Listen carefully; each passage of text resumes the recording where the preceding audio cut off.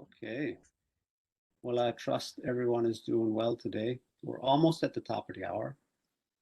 We're in Vancouver here today, and the sun is shining partly. Weather is pretty warm, and we're just about past all the frosts, which means planting season is upon us. So this is really good news for us. Yeah, we've got a couple of things that are we have to cover at night, but the planting is going good. The garden going, some nice food. Well, all of our webinars are special, but a very special webinar to present to you today. This is all about, I'm going to bring up the title page in a minute, but it's all about another way for you to take charge of your own health. So now let me share the screen with you. Okay, here we go. We got it up there now. The coMra wellness test. So this is what we want to present to you today. And we feel this is a very special webinar, like I said, as they all are, because this is a way for you to start to dial in a new way or in a more comprehensive way for you, perhaps, to your body's state of wellness. And this is directly related to your state of being. So stick around. Everyone's going to have an opportunity to do this test today. And have an opportunity to make that knowledge work for you. Now, you can take the test as just recreation and for some fun, and that's fine. Or there's a more purposeful way this can be undertaken. So it's going to be up to you. So some of the things we're going to be looking at today are some graphs at the end, and these start to look at different aspects of your, let's say, what you're doing in your life and how you feel about things. You know, you see activity, optimism, appetite, sleep, efficiency, stamina, anxiety, irritability, fatigue, and depression. So these are some of the things these tests look at, okay? But before we go to the test itself, let's get into the vision, like why we want to bother doing this. So with coMra therapy, we've provided people a tool to help people help themselves. In all the things we do, everything is aimed at helping people help themselves. And a big part of this is to put yourself in the picture. And what I mean by this is, a lot of people, their health is kind of outside of their ability to do anything with, is how they perceive it. So by putting yourself in the picture, you can now take more active role in your own health, in the care of your family, and these kind of things. And if you look at this with coMra therapy, for instance, we provided a tool to bridge that gap so people can take a lot more action in terms of treating themselves than they may have thought possible before. And now with this tool, this self-test, the wellness test, what happens is now you have a tool that you can assess where you're at. And we're going to get into why this assessment is so important. Because if you look at the regular way things are done, people can often say, they come to us about coMra, they say, I need to go get a diagnosis so I know what to treat. And we'll often say to people, well, you can start treating before you get a diagnosis. And now, not to not go get a diagnosis, of course, do that.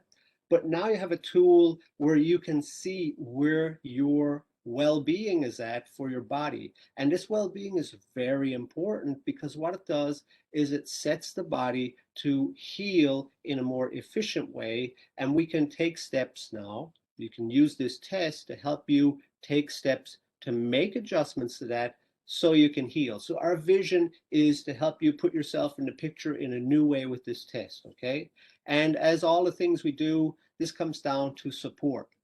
Now you have a new way you can support yourself. Of course, we're here to support you, and we'll go through a little bit more detail later on that because of the way the tool works, you may need some extra support.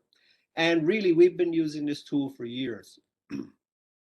Anybody who's done the coMra course, you will be aware that in there we go through material about self-assessment and questionnaires. So now what we've done is we've taken that and made it into much more user-friendly and understandable format, whereas before it was very technical and scientific. Now we've taken it and made it more applicable for everybody, okay? For myself, using this tool, I'm the kind of person, I have a life that's a very full plate all the time, and I have to manage and balance many different activities. So one of the areas I use this tool is to measure my anxiety and or my irritability. And these will usually indicate to me when I'm starting to get out of balance. So anytime I notice my anxiety levels go up, I say, okay, I'm starting to get out of balance. Or if I notice my irritability, I'm trying to get something done and something's getting in my way, then I know. So this is one way I use the tool. Other people have used the tool over the years. It's part of the coMra course. And now, like I said, we're going to bring it to you in an easy to digest and use format.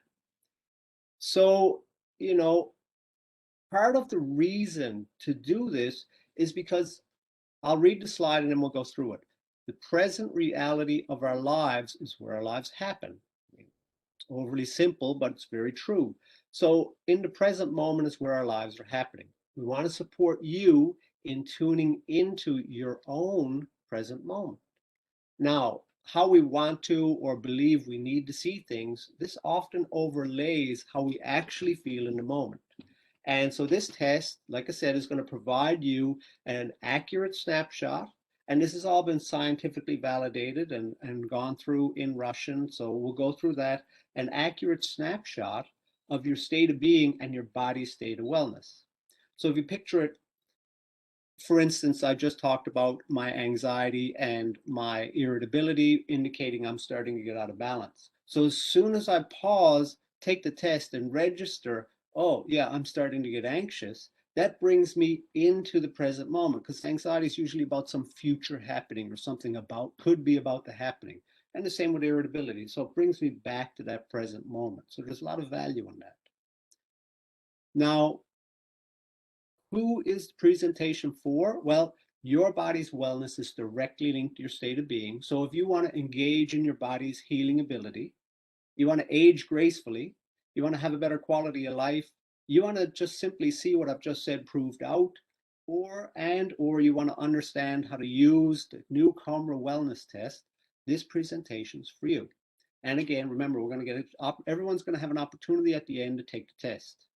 So I want you to ponder on this statement.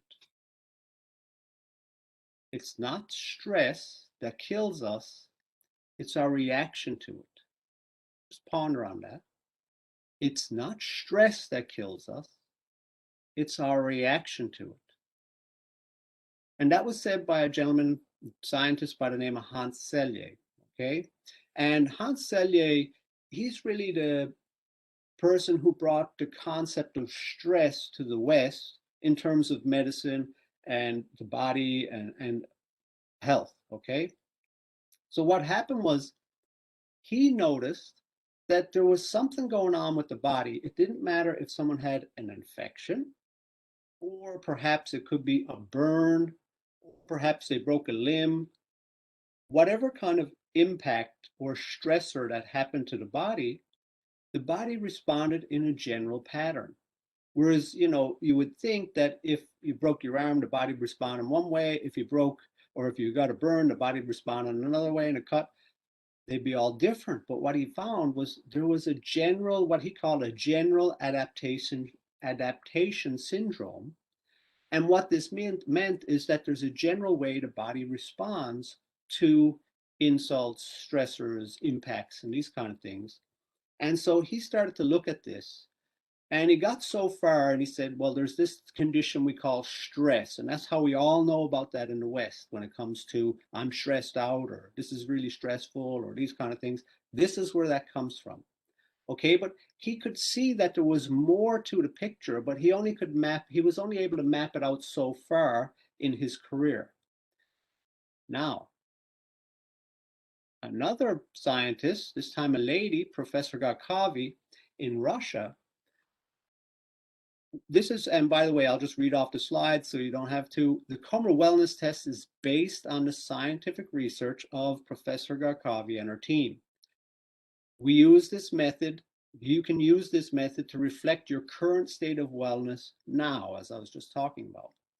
So for a bit of background, Professor Garkavi, when she started out, she posed this question. She said, why is it two people, the same condition, one gets better and one gets worse?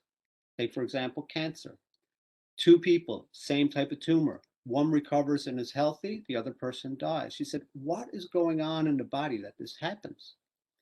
So then she started to look into this, and she stumbled upon the work, or came across the work, of Hans Selye, and she started to take this work and move it forward. And she moved it, in my opinion, into the stratosphere, in the sense that Hans Selye discovered that there was what I said earlier, a general adaptation syndrome. And then Professor Garkavi and her team, they realized there's not just one, there's multiple ways the body adapts to a broken bone, or cancer, or an infection, or whatever's happening to it. Excuse me. And in that, they did thousands of experiments, firstly on animals, and then after that, they did thousands of experiments with people to prove this out. Now, was really complicated, in-depth medical science, where they measure weight of an organ, and when the organ's under stress, they watch it like a thyroid shrink in size and weight, whereas the adrenal glands are working overtime, and the nervous system is doing this. So they did all kinds of blood tests, organ-specific tests, uh, and so many detailed physiological tests to start to map out these different categories of, to, like I said, take Hans Selye's work further than simply stress, okay? And I'll show you that. Let's say we'll sum up the research by going to this slide. I'm going to walk through it. So here you have an example. You can see on the left, this is cancer example in animals, all right? So on the left of the graph, the vertical part, this indicates from 0 to 10 is the size in centimeters cubed, the volume of the tumor, okay? And along the bottom, the horizontal axis, we have 6 weeks. So now you see stress response and control. Now, when you look at the control, you see anywhere from, let's say, 4.5 weeks to 6 weeks for the tumor to go from just over a centimeter to 10 centimeters. So somewhere in that range for the tumor to grow. Now, Garkavi and her team, they induced a stress response in the animals. And what they noticed is now all of a sudden the tumor was from, let's say, 4.5 weeks or 5 weeks, close to, down to 3.5 weeks. So the tumor grew faster, right? So control animal means it's there, nobody's doing anything to it, it's just in its environment, doing its little whatever it does. Whereas a stress response means they did something actively to the animal. Maybe it had less food, doesn't matter what it was, but it induced the stress response in that animal. And what they noticed is that it had an effect on the tumor. Now, remember what I said, that basic question she posed. Why does same condition, one person gets ill, the other person gets better? Why is this happening? So with this example, we'll go to the next part, and we see that now we have the same tumor, the same weeks. This time they have the control, but instead of a stress response, there is a balanced or focused activity response induced in the animals. Now, remember what I was just saying, Garkavi took the work of Hans Selye, her and her team, well into a much more in-depth and comprehensive place in terms of, it's not just a negative response the body can have, but we can induce a positive response in the body. And that positive response, when we learn how to induce that in the body to support that in happening, now the body's set up in a way to facilitate its healing. So this answers that question. She was wondering, how is it, and this is 40 years of research her and her team did, and it's still ongoing in Russia, how is it that one person heals, the other person doesn't with the same condition? And they found out, okay, it depends on the general response, the non-specific response. Now, interesting little factoid here. When you look at the cancer example, when a person is in a, let's say, balanced or focused activity response, and we'll get into what that means later, when they're in that place, cancer, the tumor, is in a place of stress. So they're inversely proportional. When cancer is in a place of balanced and focused activity, the body is in a place of stress, okay? Just fascinating thing that was uncovered in there, okay? And like I said, this was done through 40 years of physiological research. Now, when, Hans Selye, this first one right here, we have this one, stress, that Hans Selye mapped out to some degree. And then Garkavi and her team discovered that there's not just stress, and we've taken the scientific terms and we've made them practical for every day. There's the space of getting by. There's a space of balanced activity, and I've highlighted this one because this is the sweet spot, we'll say. Then there's a place of focused activity and another one of overactivity. It means we're pushing too far. Now, we're using these words. I want to just go through a couple of them with you. The word stress, okay, this is derived from the Latin word stringere, if I pronounce that correctly. And that means to draw tight, okay? So it's a physical strain on a material object when we look at it in terms of physics.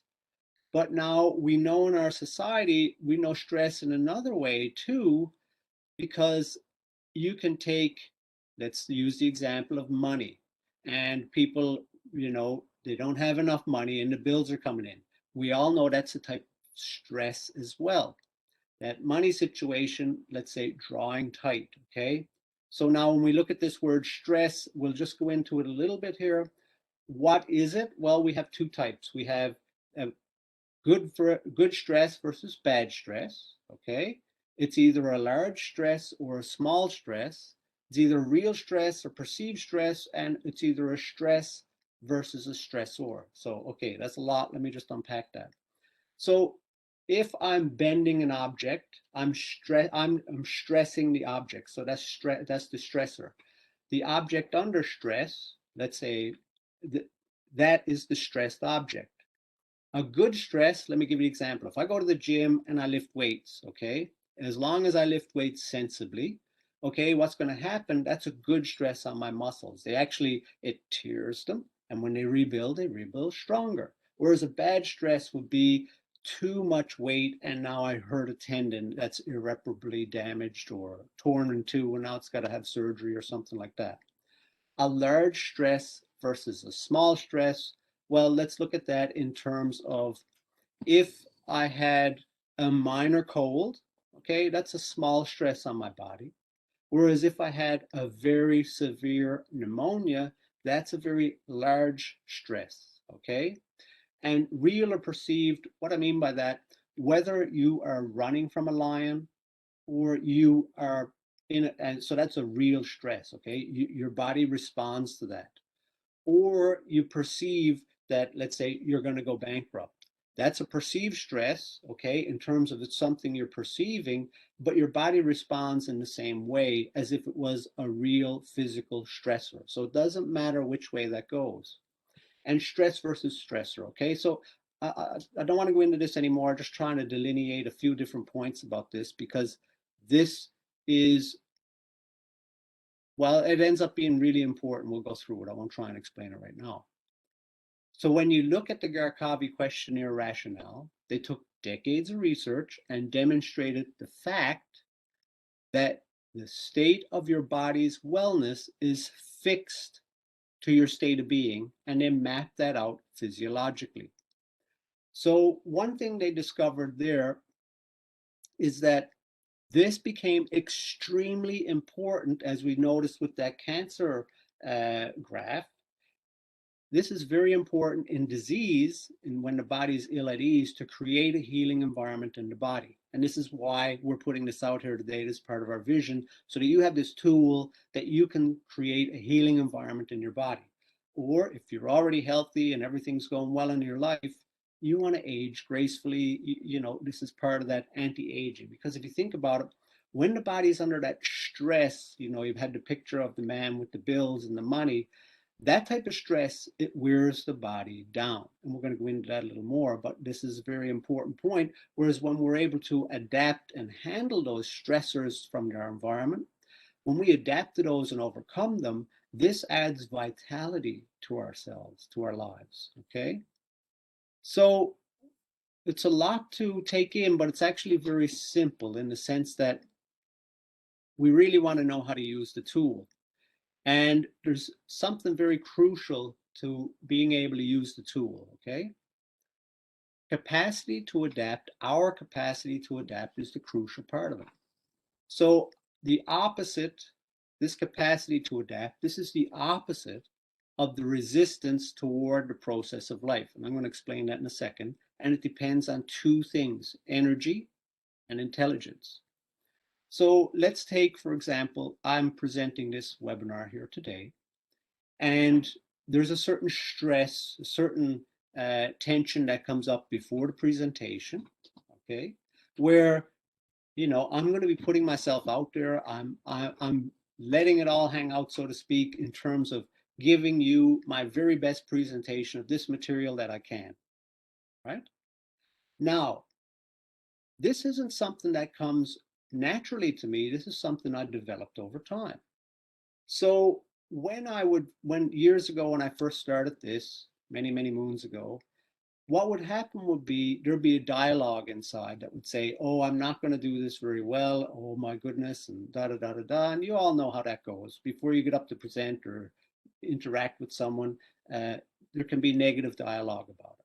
So that negative dialogue was like a resistance toward the process of life, in terms of there was a part of me that resisted putting myself out there and putting myself out front and presenting, as an example. Okay. Now, that's what I mean toward the resistance toward the process of life. Now, this capacity to adapt depends on two things, okay? Like I said, energy and intelligence. So when it comes to energy, I just talked about how I have my energy focused when I first started doing this. A lot of my energy was focused on, oh my God, is this going to be okay? Whereas now my energy is focused on, yeah, I really am going to give this everything I got and it feels good. So my energy has changed over time through the exercising of, let's say, my intent to do this, okay? Now, when we look at energy in terms of physiology, your energy, your investment. So this is a table from a study. It's a collation of many studies that looked at activities, and I'm reading this, activities causing a non-volitional increase in daily energy expenditure. So what that means is, regardless of if you're lying in bed or sitting in a chair, non-volitional increase in daily energy expenditure means the things without you doing anything, this energy is being expended. So we'll pick a few. Let's say, for example, psychological stress. I just talked about the presentation. So in the past, psychological stress, I would have 30% of my capacity to adapt impaired, we'll say. 30% of my energy that goes toward my capacity to adapt was taken away. Now, let's say, for example, if someone has acute pain, their capacity to adapt to a situation is greatly diminished by 60%. Or if someone has chronic pain, people are amazing in that they learn to adapt, but still that pain wears them down and it's always chipping away at their energy, okay? So this also depends on how we make choices. You take, for example, what I just said about the presentation. I've chosen to step into this fully, give it my all, and let the chips fall where they may, and give you my best presentation here.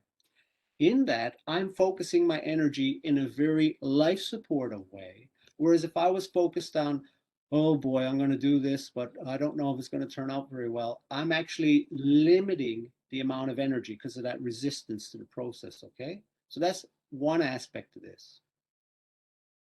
Now, and just to go back, what I'm saying there is it's not just psychological energy, emotional energy, mental energy, or physiological energy. All of those things, because we look at this in a holistic way, all of those are part of one whole, okay? You cannot, they're inextricably connected. So in other words, chronic pain is going to have an effect on my psychological health. My psychological health is going to have an effect on my chronic pain. They're always connected, okay? Now, the other aspect of this is intelligence. And by intelligence, we mean simply the ability to choose what's life supportive. And what does life supportive mean practically? Okay, well, let's take, for example, it improves your quality of life. So I talked earlier about I chose where to focus my energy in doing this presentation. So this is an exercise of an innate intelligence. I'm actually allowing that innate intelligence to come through in terms of I'm going to do this presentation. So because I'm going to do it, I want to do it to the best of my ability. I'm automatically choosing a life supportive step there. Whereas if I, like I said, was to step into this presentation, resisting it, thinking, I'm going to do a terrible job, I can't wait till I get it over with, I'm not making a life supportive step because I'm limiting myself. I'm limiting my expression in this moment to give you this presentation. Okay, now let's look at it in terms of society. If you look at the human species, okay, if we make life destructive choices for long enough, what'll happen is we'll be extinct. Whereas if we make life supportive choices, this furthers our evolution. So it's really, you can see it in the big picture and you can see it in the small picture. And this ability to choose what is life supportive is basically something we develop over time. So you take the little kid and he's like, no, I'm not going to do it. So he's learning how to say no, we'll say, but he's also, if this continues into adulthood, where we just fold our arms and go, no, no, no, this is can become life destructive, where it can be life supportive for a child. So it's also situational depending on where the person is at. This is another very important aspect of it. And one more point to make about that. You can see that I said this is only one side of the coin. Now, many of you who've taken the coMra course, the level 2, you'll know that we go through principles of life, okay? And this relates directly to those principles of life. So if you look at life, life is intelligent. I mean, you know, if you look at how nature works, how everything works in synchrony, in coherence to build up from bare rock, raw rock, to build up a whole ecosystem. I mean, this is unfathomable intelligence that, you know, the pH of the ocean and all the salt and all of these things is perfectly balanced and maintained over the whole ecosystem in different ways. Like the intelligence is unfathomable. So this is the other side of the coin.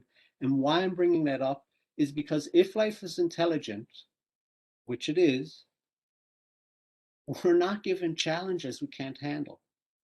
So you picture it this way. If you're a parent and you have a small child, you're not going to give that child a razor sharp knife when you know they don't have the capacity to use that knife. So this is what we mean by we're not given challenges we can't handle. Life is intelligence. We're a part of life. Life is intelligence, sorry. And intelligence, yes. And we're a part of life. So life brings challenges into our lives in order to help us develop that innate intelligence within us. Okay. So this presentation is a very simple example. This is happening in every moment of our lives and every day. This presentation as an example. I am stepping out here and giving you my best presentation. And in that, I'm exercising that muscle, so to speak, muscle of my innate intelligence being allowed to just come through me rather than me resisting the process and thereby, let's say, constricting or squashing that innate intelligence that's within me, within us all, from coming through. Now, like I said, it doesn't matter if they're real impacts or perceived impacts, real stressors or perceived stressors. Remember, by stressors, I mean something acting on. When they're a small impact, let's say, for example, I'm I pick up something 1 pound right now, okay? That's a very small impact on my muscles. And I have a large capacity of what I can do with that 1 pound weight. I can put it above my head, put it behind my back, all kinds of things. There's a large capacity to adapt. I have a wide range of options. So the same thing happens with the body. With the body, if it's a small impact, the body has a very large capacity to adapt. The same thing. When we get into large impacts, so now instead of having a 1 pound weight in my hand, I have a 40 pound weight in my hand. I'm not going to just start swinging that thing around. That's a very large weight for me to handle. I have to be very careful so I don't damage my shoulder, myself, don't hurt myself in some way. So all of a sudden, my capacity to my range of options of what I'm going to do with that weight are severely restricted in order to maintain a measure of safety so I don't injure myself or perhaps someone around me. The same thing happens with the body. I'll give you a stark example. When someone goes into shock, what happens is there's a huge impact to the body. If the body responded proportional to the impact, we'd actually die. So what the body does to preserve itself and to keep itself alive is it narrows its capacity to adapt. And you'll see that the person is, I'm fine. And then all of a sudden, they fall over or whatever because the body's narrowed its capacity to adapt in order to survive. So large impacts affect us greatly, small impacts not so much. We can take a small impact and we can do a lot with it, so can the body. Large impacts, we can't do very much with them. We have to be very careful in how we manage them, and it's the same thing with the body. Okay, so the next thing we want to talk about with those large and small impacts is the body's many states. So if you picture all of these arrows representing different types of stressors, maybe, there's toxins in the environment and there's good stressors too. Someone gave me a hug, I got a huge publishers clearinghouse check in the mail, or maybe bills or whatever it is. So there's all of these things coming at us all the time in our environment, in our daily lives. And our body has, remember what Garkavi said, it has a range of states to adapt to that. So if you look at balanced activity here in the middle, stress, getting by, balanced activity, focused activity, and overactivity, okay? Balanced activity is the place where we're handling things very well. And we're going to go through a little explanation of that. Whereas if you get into a stress state, what happens, and we're going to go through stress a little bit in detail, the body is not able to adapt properly. So it has to kind of shut down. It has to more or less go into a very expensive way to operate in order to survive. We can't maintain that place. Whereas balanced activity, this is the place you want to live, or when you get out of it, because we go through these states, we go through ups and downs in our lives. We want to know how to get back to it, okay? And this is part of what the questionnaire, the test can do for you, to help you to see where you're at so you can refocus, make a course adjustment to get back to this place of balanced activity. So I won't go through all of these here, but let's go through stress so we get a picture here of what Garkavi and her colleagues are talking about in terms of these different ways the body can adapt from, let's say, non-adapting, which is stress, which is still an adaptation, but not a very good one, to overactivity, which is overacting, to the balanced activity and everything in between, okay? So when we look at stress, the body perceives the environment as life-threatening. The body's regulation is hyperactive. Cursor. Body systems do not work in sync, and hence they work inefficiently. So the body's systems, they're not, let's say, the thyroid and the adrenals are not working in sync. They're way out of balance in order to handle the things. And then immunity is suppressed. Other systems are not that are not necessary for immediate survival are impaired. So you think about when you're running away from a tiger, you're not digesting anything. All of your resources are going to your peripheral nervous system and your muscles and skeletal system in order to run away. Energy reserves are depleted, and that leads to structural breakdown of organs and tissues. In other words, remember we looked at the energy. That stress state is tapping into your energy reserves. And what happens is the body doesn't have the capacity to heal anymore. Everything it is too much for it. Now, and it sacrifices organs and tissues in order to survive. Okay? And then we have this, we never brought this up yet, but we're going to go into it now. Emotional and mental state is characterized by suppression and depression. Less often, aggressiveness and anxiety can appear as well. Sleep and appetite are impaired. Speed performance, it might be good at first, but it soon declines sharply. So one of the things I didn't go over with the Garkavi explanation just yet, and I want to go through it now, is so they established all of these responses in the body. They mapped this out. Doesn't mean that it's a complete list, but it's much further than anybody else has taken it. It's very amazing, actually. But what they discovered through that process, of interviewing thousands of people and doing all the physiology tests, she would ask them questions as well. She's a medical doctor and ask them questions. And she started to map patterns. They're like, wow, anybody in a stress state, their emotional responses and how they are doing things and their sleep and appetite, they're all the same. So they started to map this out. And what they found was instead of, you and I have to go in and get a battery of very specific tests to measure this, okay? Not all the tests at the hospital are the same. So a very specific test to measure this physiologically, she discovered I can ask a series of simple questions and there's a 94% correspondence. That means there's only a 6% difference in what they would measure in a blood test between that and what they could measure by asking a simple questionnaire. And this is the exact thing that this questionnaire is. So think about that. You can now do this test for yourself and get an idea of this space your body's in order to make the changes.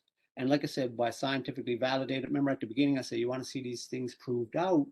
Now you can see that 40 years of research has culminated in being able to look at very complex physiology in a very simple way that's accessible to everyone. I mean, this is really mind-blowing. You picture if you went into the doctor and every doctor asked you these questions and then started to help you assess your state of being and make adjustments from there. That'd change things in the West, but we're not there yet. It takes time. So now when we look at this stress state, in terms of duration and accuracy, the working capacity is significantly reduced.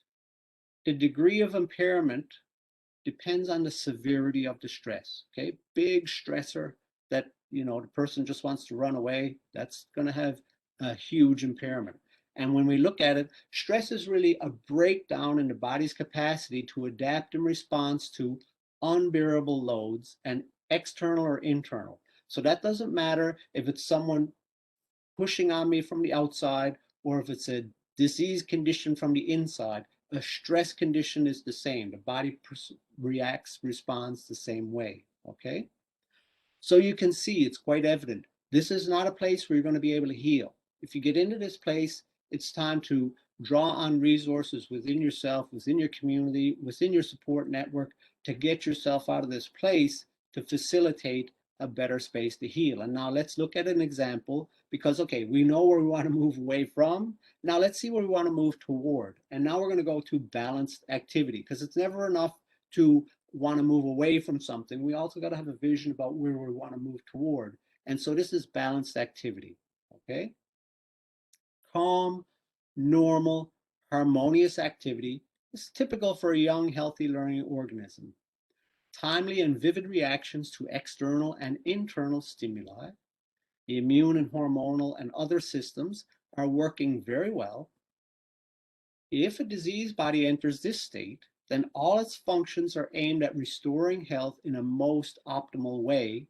And the main distinguishing feature of this state is the increasing of coherency, and everything is coordinated and continues to evolve further without impediments. So remember what that graph we showed you at the beginning, where you had the cancer and the stress state and it escalated to tumor growth. And then we looked at the other one and we saw that if we get the body in this balanced or focused activity state, we can help the body heal. This is fundamental, important point here. We can help the body heal because the disease in the body is one thing, but the environment that's happening in is the other. And this is dealing with the environment that's happening in. So you can set up the conditions that are conducive to health. Now, of course, the journey of adjustment. So it's not like it's a done and dusted one go. It's going to take time. It's going to take you learning to exercise that muscle. let's look at balanced activity a little further.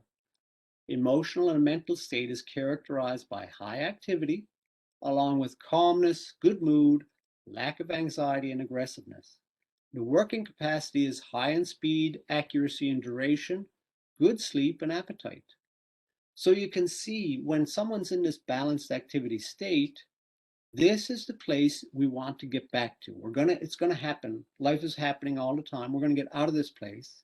But remember, energy and intelligence is what we can use to get back to this place. And when we're in this place, remember it's a coherent and everything's acting together. So if you picture the body, there's, trillion cells. Every cell is having like 40,000 chemical reactions every moment. So 40,000 times a couple of trillion or whatever it is. And all of that happens in synchrony, is when things are coherent. When the body gets in stress, more of those chemical reactions, all these things are happening out of sync. And that starts to build up wear and tear, even if you're healthy. Build up wear and tear. So the lines and aging and all of these things are happening. Organs are running down. All of these things are happening. But we can get it in that balanced activity state and replenish our energy bank account, so to speak, and develop our own innate intelligence.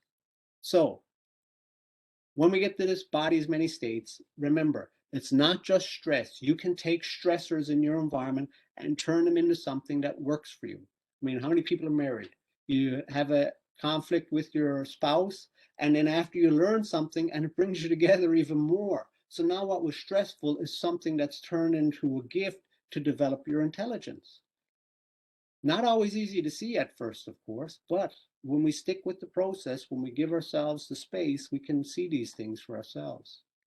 So let's go over this and then we're going to get to the questionnaire. Garkavi and them, they discovered the direct links between physiology and psychology, okay? They proved this out in 40 years of research. It's really mind-blowing, thousands and thousands of pages and hundreds of monographs and papers and all these things. And one of the most amazing things that happened here for me, she didn't set out to find this. She happened on it, okay? And I'll explain that in a minute. And she got the highest science award in Russia for this discovery, as well as the expansion of L.Kh.'s work beyond stress, just stress as an adaptation. So remember, she started out with asking that question, and she started with the physiology because she's a medical doctor. And then all of a sudden, they're like, oh my goodness, the psychology and the physiology are exactly correlated here. This is amazing. And that was what she happened on and what changed things so dramatically in the research.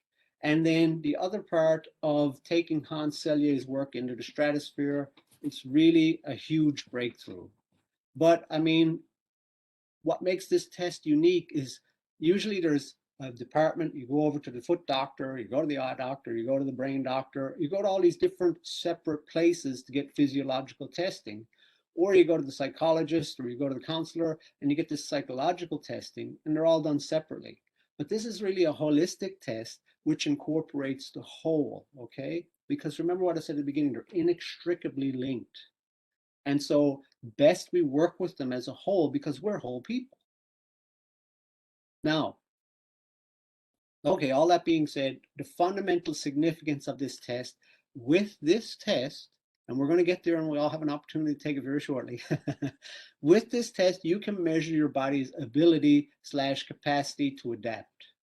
And that adaptation equates to your ability to heal and your quality of life.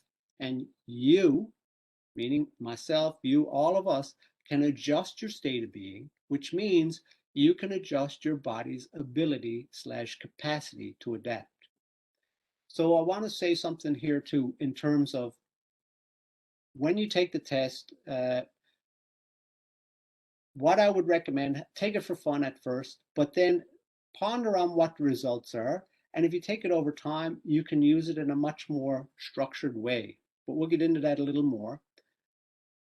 When you're filling out the test, I'm just going through a little preamble before we get to taking the test. When you fill it out, don't deliberate too much. Just go with your gut feel, okay? And you're going to see the word work in there. We use the word work because in English, that was really the word that summarized a number of things in Russian. It's not necessarily to do with what your job or your career. It's what you do in your daily life. Okay. And this is the title page you're going to see when you go to take the test. When you look here, this information tab, when you press on it, you're going to get what I presented in the presentation, but in a very condensed and well-written, concise format. Just to give you, let's say you want to get in touch with that feeling again that we're imparting here in the webinar, you can get in touch with that feeling reading that. And you can track your progress over time, okay? In other words, you can take the test over, because remember what I said, you're going to go through cycles where you're in and out of different states, and you can map that over time, compare yourself to yourself. Now, when you get to the test, there's going to be sliders. When you go to the left, it means less of the quality. When you go to the right, it means more of the quality. So if you just want to go with your gut feel and not even read it, you can do that. When you look at activity or whatever the question is. And when you look at the bars, the white and the red, remember what I said for myself here. I look at this anxiety and irritability are really important ones for me, because what happens is I can map out, I can get a sense of very quickly where I'm at in terms of my balance whenever these start to escalate. So the white ones you want increasing, the red ones as they increase, they're like, okay, but I want to watch for that. So that's a little bit of stuff about the test. And finally, when you get to the outcome, it's going to give you a little bit of information to go with the test. So ponder on that, like I said, and absorb those results and see how that fits for you, okay? And you're also going to get, well, we'll go through it a bit more when you do the test. So I'm going to stop sharing my screen right here for now. And I am going to go to the test. Let me take a page here.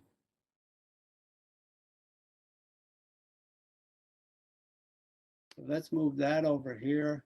And I'm going to show you what to put in here. coMra wellness test online. And Maxim is going to, oh, that didn't work. Maxim, perhaps you should send out the wellness test online. Here we go. So here we have the coMra wellness test. Now I'm just going to show you, I'm going to go through it just for one little section. Then I'm going to stop and you can all go through it. We'll give you 5 minutes, okay? So begin your test. Wait till I'm finished and then go ahead. I'm going to go through this first one very slowly to give you an idea. So it starts in the middle. I can do what needs to be done and I'm okay with it. So then I'm going to move the slider one way. I would say I want to do work and do some things. I keep going this way. I positively want to do work and do things. And then I'm passionate about work and doing things. Then I go this way. I can do what needs to be done, but without much enthusiasm. Okay. I don't want to work. So I would say this matches for me right here. I positively want to work and do things. And then the next one, I won't read it. I'm just going to read it to myself. More optimistic than neutral. I'll say, I'm optimistic. That fits for me. Okay, so I'm going to stop there. We have, it's 48 minutes past the hour. So we'll start again in 53. Maxim, if you'd send out the link, and whoever wants to at the end, if you want to share your results, we'll take one person. Now, there could be a possibility you'll get a manual interpretation. So we don't have time to go through much of that today. So anybody who wants to volunteer at the end, we can go through your test. If not, because it's a personal nature, that's fine. I'll go through mine. Okay, I'm going to stop sharing my screen.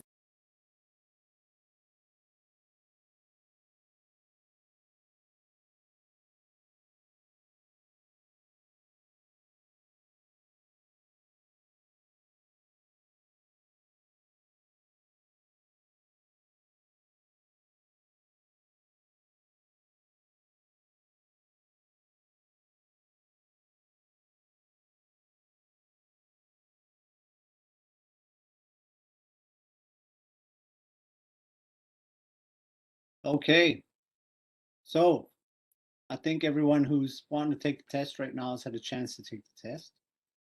So I've had this results balanced activity, and I already went through the where I'm at part with you when I talked about where balanced activity is, what it's all about. What I didn't talk about is where to from here, okay? Now, on each of these, there's going to be a where to from here. In other words, we're given some general encouragement about what you can do in this state. If it's a good state, to stay there. If it's not such a great state, in order to make some changes. Now, you'll notice here too at the very top, it says medium capacity to adapt. Now, remember what we talked about earlier. If it's a large impact, we generally have a small capacity to adapt. And if it's a small impact, we have a large capacity to adapt. Now, it gets pretty complex to go through it. So just take it in the sense of it's indicating a range of capacity to adapt. So if I have a high capacity to adapt, it means I'm in a really good state. If I have a very low capacity to adapt, it means it doesn't take much to go outside of the bounds of what I can handle. And that's okay. I mean, this happens, things happen in our lives and that kind of thing. But what's going to happen over time is you're doing the test. Not only can you change from balanced activity to focused activity to whatever the state you go into, getting by, but you can also notice you can change from capacities. So your capacity can change over time as well. So what we want to get to, the ideal state would be a high capacity to adapt and a balanced activity. But like I said, life is going to be happening, so we go in and out of these states. And that's okay, because this is part of that process of learning. And in that process of learning, there will be times it's stressful for the body and for us. And other times it's, let's say, blissful. So we go through these different states. It's not about not changing state, it's about being able to get to the ideal state again and again, because that's how you exercise those muscles, okay? So now I'm going to stop sharing that, and let me just try to share the PowerPoint again. Show. And we're back to the coMra wellness test, but let me go now to, we've taken the test. Now, remember at the beginning, I said you can take this test and just have some fun with it. And we really encourage you to do that, share it with others, and they can have fun with it. But there's also, for people who want to, you can save your history like I showed you with that button. And what you can do here, you can track your body's ability to heal over time. Also helps you develop your skill and ability to tune into your own state of being in the moment by using it again and again. And of course, that obviously helps us learn to connect to our body and how we're actually feeling right now.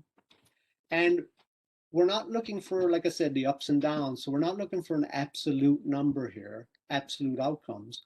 What we're looking at is a change over time focus. So I'm in a good state, something really dramatic happens in my life, and I want to get back to that good state. And it's the exercising that muscle that we're looking at here, because that's where the healing happens. And if you get stuck anywhere in the process, we can support you in that. Okay. Now, when we get to the from where to from here part, this is where you're going to find practical things you can do to improve your state. There's simple suggestions we put in there. The bottom line in all this is really about you improving the quality of your life. And it's about becoming aware of your state, like I said already a number of times, and then taking the steps to improve that quality. And a practical example from my life, like I said, I've gone through it over and over with just this presentation. All right, like I said, just before the presentation, for anybody who's ever gotten on stage or anything, you get the pre-stage jitters, and then as you step out, that energy transforms into part of that delivery. And as the skill develops in order to be out front, and I'm just using that as one example, there's many, that exercising that muscle opens up the capacity to share even more. So there's also a myriad of other resources. Obviously, I couldn't speak enough about how much you can use coMra therapy in order to support you in improving your quality of life and getting to that balanced state. So we go through over and over the universal treatments. All the systemic treatments in the book are not only about addressing disease, the specific, let's say, immune condition, but also about all the systems that are implicated in order to increase their coherence so that the body can get into that state, that healing state, where now it's conducive to healing. Okay? With the webinars we presented in the past, they're all tools that you can use in order to help you get back to that state. Again, coming back to it again and again. Of course, your practitioners, doctors who are in your corner, all the different practitioners and professionals can also support you, family and friends. I mean, this is crucial, especially in the times we're in right now with, all these lockdowns and so many things happening. People are isolated. So finding connection is really important. So it's up to you where to go with it. Thank you very much. What we'd like to know is if you have any questions, and again, we're going to have an opportunity now. Someone can go through theirs if you want. We'd encourage comments and feedback, please. Not just feedback today, but when you go out and you use the questionnaire, maybe you're using it in your practice or at home, give us feedback. This is the first iteration we've done of it. We can do other iterations if there's enough, let's say, demand for it, if it's called forth enough. So thank you. I'm going to stop there, and we're going to open it up if anybody would like to share their results, and we chat about that. And if not, that's totally fine.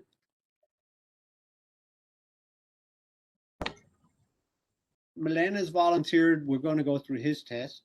So Milen, do you want to tell us a little bit? I'm going to put your test here up on the screen, and you want to walk us through it? Okay. I don't see the screen, however. 1 second. I'll be right with you. Oops. Share screen.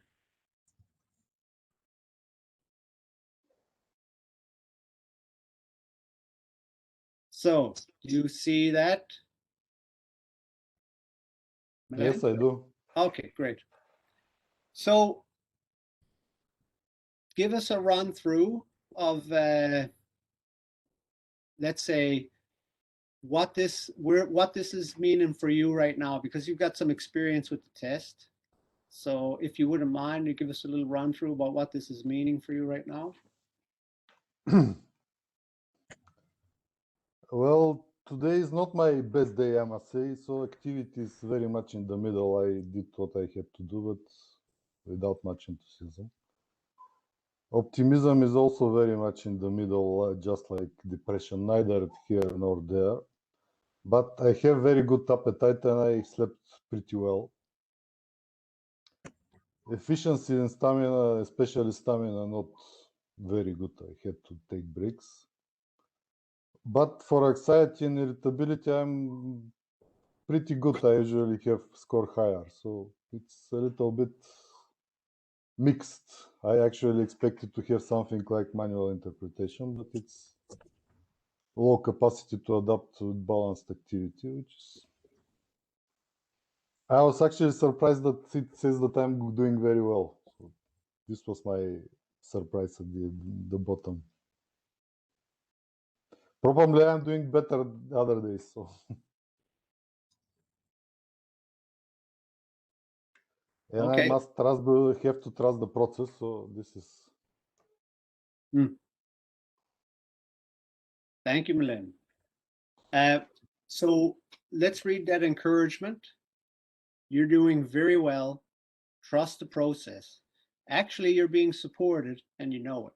In other words, life is there for you. Be grateful for the people in your life. The gifts coming from your relationships are giving you what you need to go beyond self-imposed limitations. Keep going one step at a time, and don't forget, have fun. The last one is very good. Thank you. Yes. Great. And I'm going to say a little word on the low capacity to adapt in terms of, I don't know if this will make sense to people, but how I like to picture the capacities to adapt.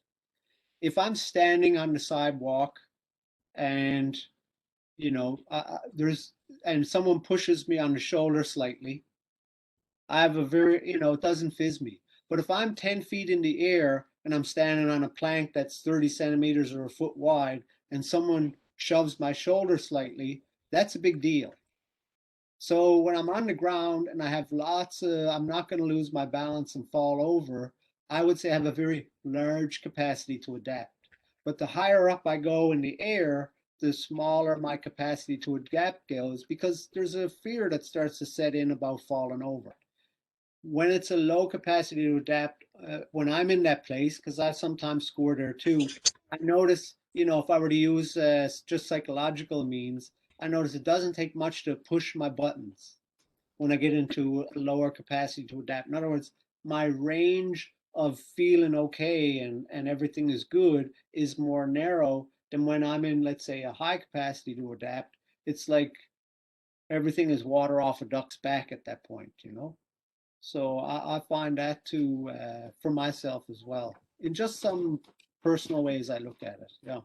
Yes, this makes sense. Thank you. Okay. Does anybody have any questions or comments at this point? Thank you very much, Belen, for putting yourself out there and letting us have a look at the results.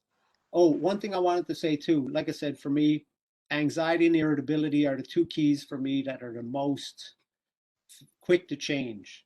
Uh, Maybe for someone else, fatigue and depression are the areas, or maybe, because lots of times when I'm speaking to people, I'll ask them to monitor their sleep, appetite, and irritability as primary things, because maybe your sleep is going down, or maybe, so all of these things that you're kind of paying attention to when you have the graph in front of you and you monitor it over time can give you some more insights about what's happening for you and making adjustments. So maybe when it comes to sleep, there's a simple adjustment you could make. I mean, in some cases, of course, no matter what people do, they can't sleep. I'm not saying that categorically, but there's areas to explore. Each of these areas are something to explore.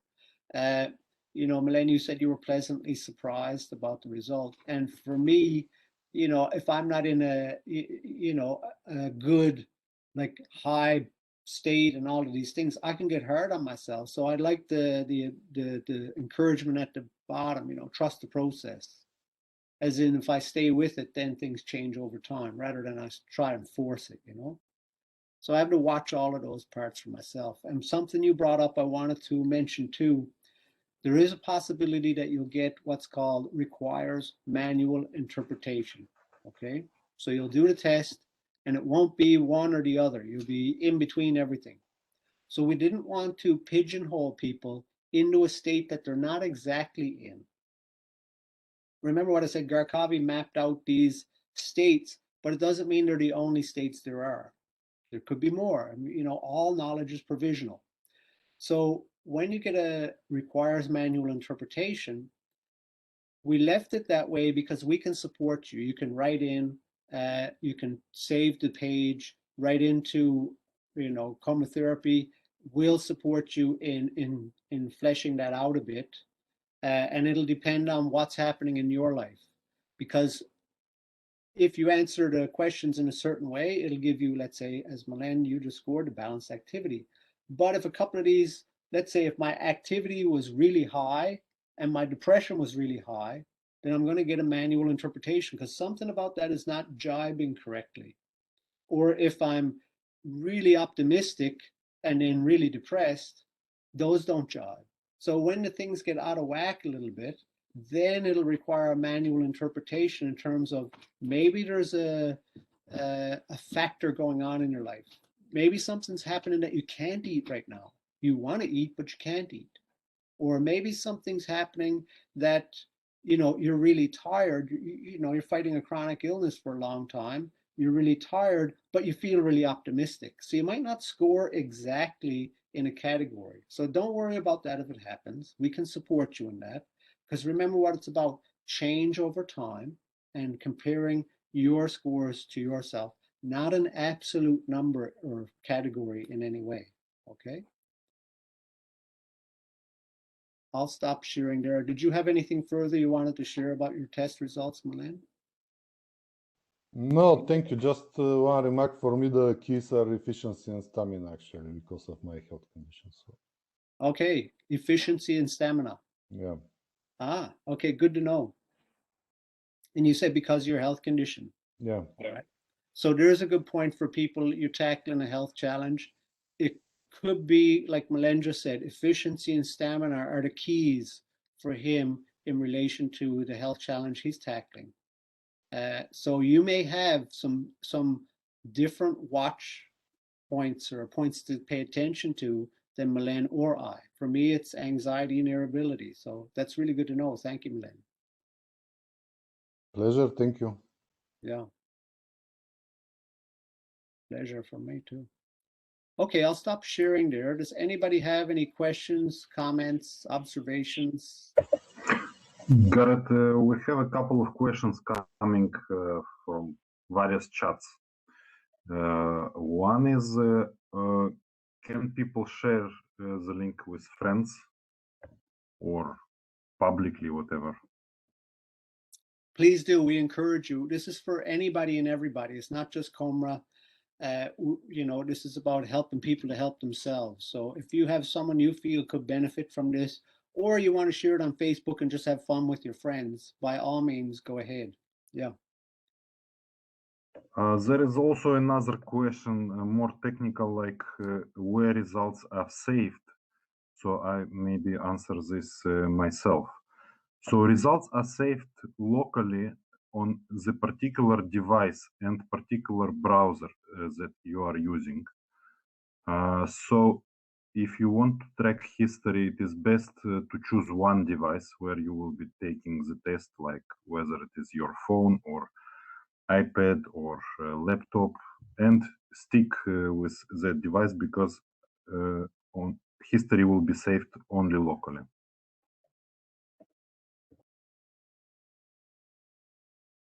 So Maxim, if someone clears their cache or whatever, is that going to erase their history?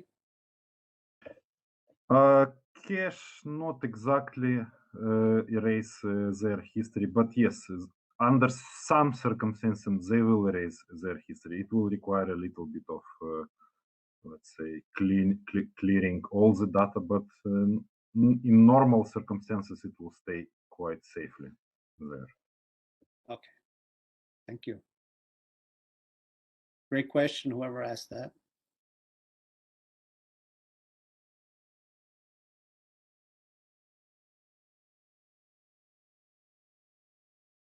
Well, I suppose we'll have some questions later after people. How many people, if you can just do the thing on the bottom, how many people took the test? When you go to more, there's a little reactions thing. So if you, I'll just do a thumbs up so you see, I took the test. Anybody else take the test? Okay, Arjan took the test. All right, we got some other people took the test. Oh, excellent. Lots of people. All right. That's funny. Garrett, can I make a comment? Yes, please, Arjan. Yes, thank you. Got a fantastic presentation. I'd like to make a comment about this test as envisioned by Garkavi, and now we're using it with coMra therapy. I particularly like it because it's very different from the test when you go, let's say, to the hospital to measure, let's say, function of your kidney or the heart, you know, of some particular organ, and you give some absolute numbers. And those numbers will say, well, your heart is functioning 30% or 70% or 100%. And so the next question is, so what? Because the absolute function of a particular organ does not necessarily translate into state of being, state of wellness. It's a useful number. It's a useful, let's say, test for a doctor if they want to prescribe a specific medication or to check, you know, if function of your organ is sort of within the non-threatening levels. So that's why they do it. But when it comes to the actually learning about yourself, learning about your body, and specifically learning about the capacity of your body, because we're all very different. And when you interpret, if you get a printout of your test, a blood result, for example, or even much bigger tests, something like immunology tests, they're huge. They're dozens and dozens of parameters. And you're scratching your head, like, what does it mean? What does that mean? And how do I suppose to even apply it in my life? Because it's mind-boggling how to interpret it.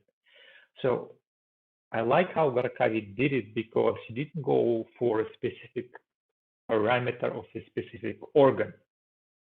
She went completely the opposite way, and she was looking for something, for some integral, holistic measure of how the body is doing as a whole, as a system.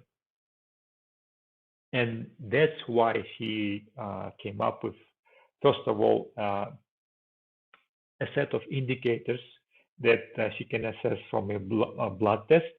Like, for example, leukocyte count is one parameter, quite universal. And then quite a few other physiological parameters that are not relevant to a particular organ, but to the body as a system. And then what happened, she was working in a hospital, and Gareth, as you shared, she was coming and checking on her patients.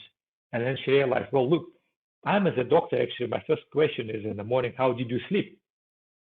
And the patient will say, look, I slept terribly, I couldn't sleep at all.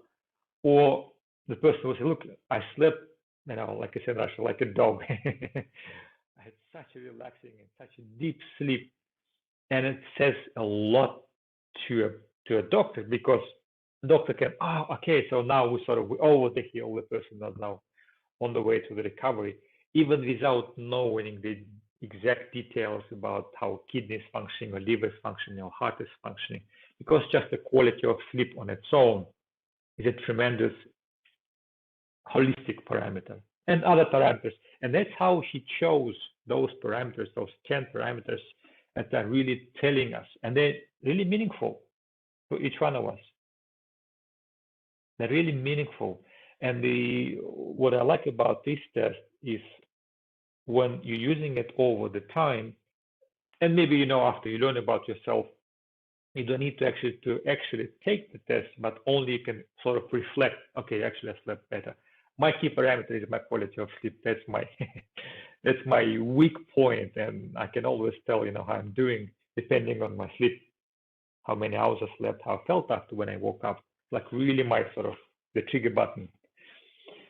So this Garkavi test, the coMra wellness test, is not the same as your regular hospital test.